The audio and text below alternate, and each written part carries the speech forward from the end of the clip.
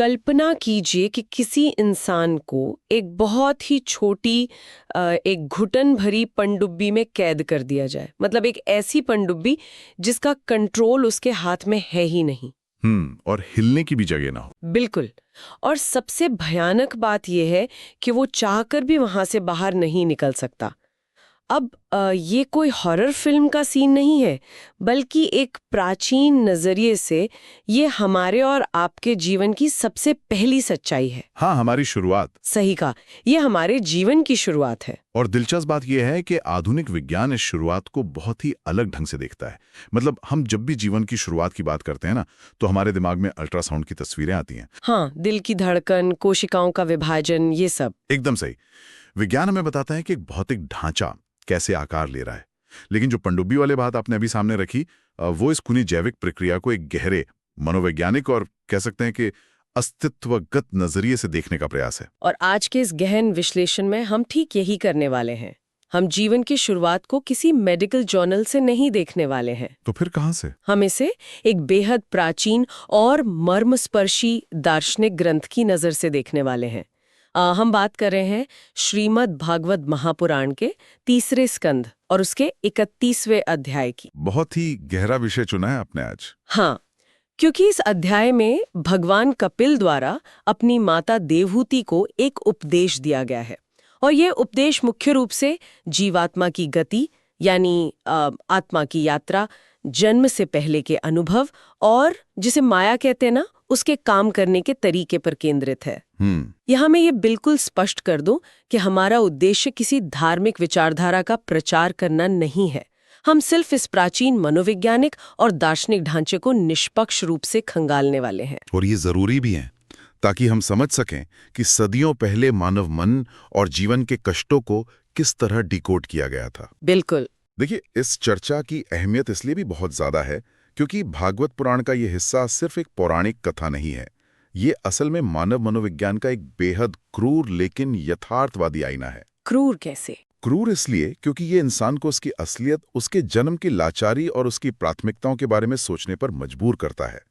एक तरह से ये उन लोगों के लिए एक बहुत बड़ी चेतावनी है जो मानते हैं कि बस ये भौतिक दुनिया ही सब कुछ है। ठीक है, आइए इसे थोड़ा विस्तार से समझते हैं। तो उस भौतिक दुनिया के बनने की शुरुआत से इस चर्चा को आगे बढ़ाते हैं। चलिए। इस ग्रंथ में जीवन की भौतिक शुरुआत का जो वर्णन है ना, वो सच में हैरान करने वाला है। कपिल मुनि बताते हैं कि ये यात्रा सिर्फ एक शुक्राणु और अंडाणु के मिलने की कोई जैविक घटना नहीं है। तो फिर क्या है? एक जीव अपने पिछले कर्मों के आधार पर और ईश्वरीय विधान के तहत पुरुष के माध्यम से स्त्री के गर्भ में प्रवेश करता है। यानी जो ब्लूप्रिंट है वो केवल डीएनए का नहीं है, वो आत्मा के पिछले कर्मों का भी है। बिल्कुल।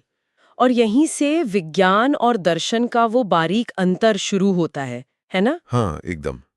देखिए, विज्ञान के लिए वो केवल एक भ्रूण है जो बस विकसित हो रहा है, लेकिन इस दार्शनिक ढांचे में वो एक आत्मा है जिसे उसके कर्मों के अनुसार एक नया पिंजरा, हाँ, एक नया आवरण या कह लें कि पिंजरा पहनाया जा रहा है। और ये कर्म ही तय करते हैं कि वो पिंजरा कैसा होगा। और उस पिंजरे के बनने का जो क्रम इस अध्याय में बताया गया है, वो तो किसी भी आधुनिक व्यक्ति को चौंका सकता है। कैसे? क्या क्रम है? इसमें पूरा वर्णन है कि पहली रात में कलल यानी एक तरल रूप बनता है, 5वीं रात में वो एक बुलबुले जैसा हो जाता है और 10वीं रात में वो बेर या अंडे के आकार का एक ठोस रूप ले लेता है। अरे वाह, इतना सटीक! हाँ, और सुनिए, फिर 1 महीने में सिर बनता है, 2 महीने में हाथ पैर निकलते हैं और 3रे महीने तक नाखून, बाल, हड्डियां और लिंग आदि बन जाते हैं। ये विवरण पढ़कर मुझे तो ऐसा लगा जैसे हम किसी टाइम लैप्स वीडियो को देख रहे हो, जैसे कोई बीज धीरे धीरे पौधा बन रहा हो या कोई 3D प्रिंटर काम कर रहा हो। हाँ, बिल्कुल सटीक उदाहरण है। लेकिन फर्क सिर्फ इतना है कि यहाँ प्रिंट होने वाला मॉडल खुद महसूस कर रहा है कि उसके चारों ओर एक पिंजरा बनाया जा रहा है। ये बहुत ही अजीब और डरावनी भावना है। मैं भी यही सोच रही थी, क्या ये चौंकाने वाला नहीं है कि एक प्राचीन आध्यात्मिक ग्रंथ में भ्रूण विज्ञान जैसा इतना क्रमिक और समयबद्ध विवरण मौजूद है? क्या ये सिर्फ कल्पना है या अवलोकन का कोई प्राचीन तरीका? देखिए, यहाँ जो सबसे आकर्षक बात है वो ये है कि प्राचीन ग्रंथों में विज्ञान और दर्शन का एक बहुत ही अद्भुत मिश्रण होता है। मतलब प्राचीन काल में अवलोकन और ध्यान की विधियां बहुत उन्नत थी, लेकिन कपिल मुनि का उद्देश्य यहाँ कोई भ्रूण विज्ञान की कक्षा लेना नहीं था। उनका उद्देश्य ये दिखाना था कि कैसे एक मुक्त आत्मा धीरे धीरे मांस और हड्डियों के एक ढांचे में कैद होती जा रही है, एक सीमित ढांचे में। हाँ, और 7वें महीने तक आते आते उस ढांचे में चेतना यानी कॉन्शियसनेस आ जाती है। वो हिलने डुलने लगता है। और यहीं पर एक बहुत बड़ा विरोधाभास सामने आता है। कैसा विरोधाभास? देखिए, आज के समय में जब 7वें महीने में बच्चा पेट में किक मारता है तो बाहर परिवार में खुशी मनाई जाती है। लोग कहते हैं कि अरे बच्चा बहुत एक्टिव है। हाँ, सब खुश होते हैं। हम हमेशा गर्भ को सुरक्षा, गर्माहट और माँ के प्यार का प्रतीक मानते हैं। लेकिन जब हम इस स्रोत को पढ़ते हैं तो ये जीव विज्ञान से हटकर सीधे उस अजन्मे शिशु के संवेदी अनुभवों की ओर मुड़ जाता है, उसके सेंसरी एक्सपीरियंस की तरफ। हाँ, और वो अनुभव मैं बताऊं किसी यातना शिविर से कम नहीं है। बिल्कुल, क्योंकि जब 7वें महीने में चेतना आ जाती है तो दर्द का एहसास भी शुरू हो जाता है। कपिल मुनि जो चित्र खींचते हैं ना, वो जानबूझकर असुविधाजनक है। तो गर्भ असल में कोई सुरक्षित जगह नहीं है। उनके अनुसार बिल्कुल नहीं। वो नन्हा जीव माँ के खाए हुए कड़वे, तीखे और बहुत गर्म भोजन से झुलसता है। अरे बाप रे। हाँ, और वो उस घुटन भरी जगह में विष्ठा और मूत्र के गड्ढे में पड़ा रहता है, जहाँ कीड़े उसकी बेहद कोमल त्वचा को काटते हैं। ये तो वाकई रोंगटे खड़े कर देने वाला विवरण है। मतलब एक ऐसा जीव जो पूरी तरह से पराधीन है, वो तो दर्द से बचने के लिए हिल भी नहीं सकता। बिल्कुल, एक पिंजरे में बंद पक्षी की तरह। लेकिन एक सवाल उठता है यहाँ, क्या ये तस्वीर जानबूझकर इतनी डरावनी बनाई गई है? हम हमेशा गर्भ को इतना सुंदर मानते हैं, तो ये स्रोत इसे एक टॉर्चर कैंप की तरह क्यों चित्रित कर रहा है? क्या ये डराने के लिए? देखिए, मैं इसे डराना नहीं कहूंगा। भारतीय दर्शन में एक बहुत ही महत्वपूर्ण सिद्धांत है वैराग्य, जिसे हम डिटैचमेंट कहते हैं। अच्छा। इंसान की सबसे बड़ी समस्या क्या है? यही ना कि वो अपने शरीर से, अपने रूप रंग से बहुत प्यार करता है। ये विवरण उसी आसक्ति पर चोट करने के लिए है, ताकि हम शरीर से मोह ना करें। बिल्कुल। स्रोत ये जताना चाहता है कि जिस शरीर पर इंसान इतना गुरूर करता है, उसकी भौतिक शुरुआत ही अपार कष्ट और गंदगी से होती है, ताकि इंसान शरीर को ही अपना अंतिम सत्य न मान बैठे। यहाँ ये विषय वाकई बहुत दिलचस्प हो जाता है, क्योंकि जब वो कष्ट असहनीय हो जाता है, जब हिलने की भी जगह नहीं बचती, तब उस चरम पीड़ा का मनोवैज्ञानिक परिणाम क्या होता है? यही सबसे बड़ा सवाल है। मनोवैज्ञानिक रूप से जब कोई जीव ऐसी चरम पीड़ा में होता है, तब उसका ध्यान बाहरी दुनिया से पूरी तरह कट जाता है। और वो पूरी तरह एकांत में होता है। हाँ, और कपिल मुनि बताते हैं कि उस असहनीय कष्ट और ईश्वरीय कृपा के कारण उस जीव को अपने पूर्व जन्मों की और अपने पापों की याद आ जाती है। तो उसे अपनी पिछली सारी गलतियां याद आ जाती हैं। बिल्कुल, उसे याद आ जाता है कि वो इस चक्र में पहले भी अनगिनत बार फंस चुका है। तो उस अंधेरे और घुटन भरे माहौल में वो करता क्या है? वो हाथ जोड़कर भगवान विष्णु से प्रार्थना करता है, वो पश्चाताप करता है। मतलब वो एक तरह से बागेन करता है कि मुझे यहाँ से निकाल लो। हाँ, वो इस अंधेरे नरक से मुक्ति मांगता है, लेकिन साथ ही एक वादा भी करता है। क्या वादा? वो वादा करता है कि बाहर निकलते ही वो केवल भगवान का भजन करेगा और माया के जाल में कभी नहीं फंसेगा। और 10वें महीने तक उसकी यही प्रार्थना चलती रहती है। पर जन्म तो 9वें महीने के आसपास होता है ना? 10वें महीने का मतलब यहाँ गर्भावस्था के अंतिम चरण से है। और मजे की बात यह है कि जीव बाहर आने से डरता है। डरता है? ये कैसी बात हुई? आमतौर पे जन्म को एक नई और सुंदर शुरुआत माना जाता है, लेकिन यहाँ जीव जन्म लेने से ही डर रहा है, ऐसा क्यों? इससे एक बहुत ही महत्वपूर्ण सवाल खड़ा होता है। देखिए, आध्यात्मिक दृष्टि से गर्भ का वो एकांत जीव को सत्य के सबसे करीब लाता है।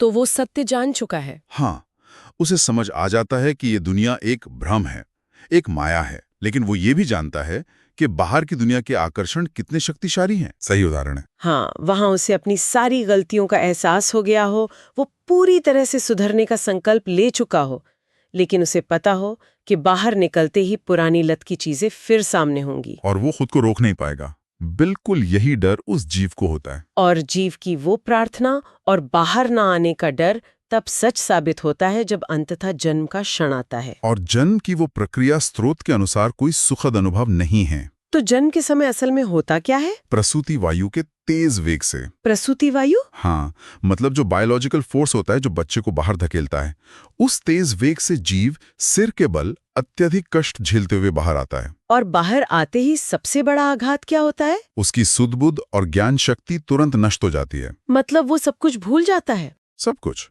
अपना सारा पिछला ज्ञान, अपना वादा, सब भूलकर वो एक साधारण शिशु की तरह जोर जोर से रोने लगता है।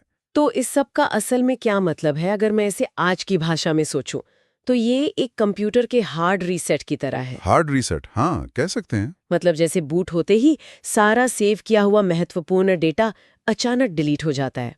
अब सवाल ये है कि क्या ये मेमोरी वाइप एक प्राकृतिक रक्षा तंत्र है, मतलब सर्वाइवल मैकेनिज्म, ताकि जीव इतने सारे जन्मों का बोझ न सहे? या फिर ये स्रोत के अनुसार माया का पहला सीधा प्रहार है? देखिए, स्रोत के अनुसार ये विशुद्ध रूप से माया का प्रभाव है। जैसे ही भौतिक दुनिया की हवा लगती है ना, आध्यात्मिक सत्य पर पर्दा गिर जाता है। और वो अपनी आत्मा की यात्रा को भूल जाता है। हाँ, और सर्वाइवल की भौतिक वृत्ति हावी हो जाती है। और जो बचपन की लाचारी है, वो भी तो देखिए। बचपन में भी तो वो पूरी तरह पराधीन ही है। बिल्कुल, जो खिलाया जाए वही खाना पड़ता है, जहाँ लेटाया जाए वही लेटना पड़ता है।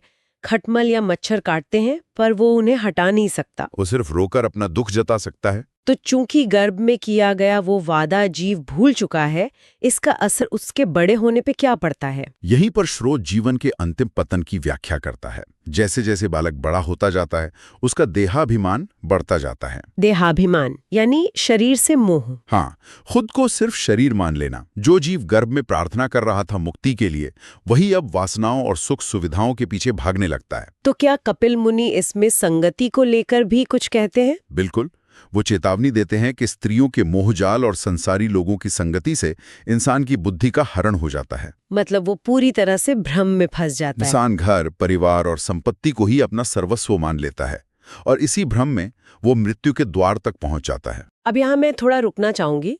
मुझे लगता है श्रोताओं के मन में यहाँ एक स्वाभाविक विरोध उठ सकता है। कैसा विरोध? यह विचार बहुत ही निराशावादी लग सकता है।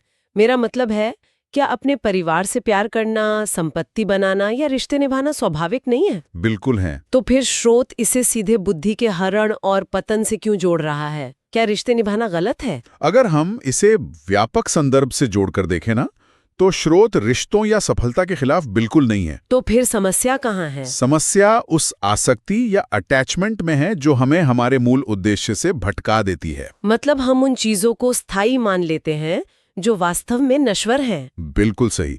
आप परिवार से प्यार करें, उसमें कोई बुराई नहीं है, लेकिन जब इंसान ये भूल जाता है कि वो यहाँ एक यात्री है और सराय को ही अपना पक्का घर मान बैठता है, तब दुख शुरू होता। ये एक बहुत ही गहरा अनुस्मारक है।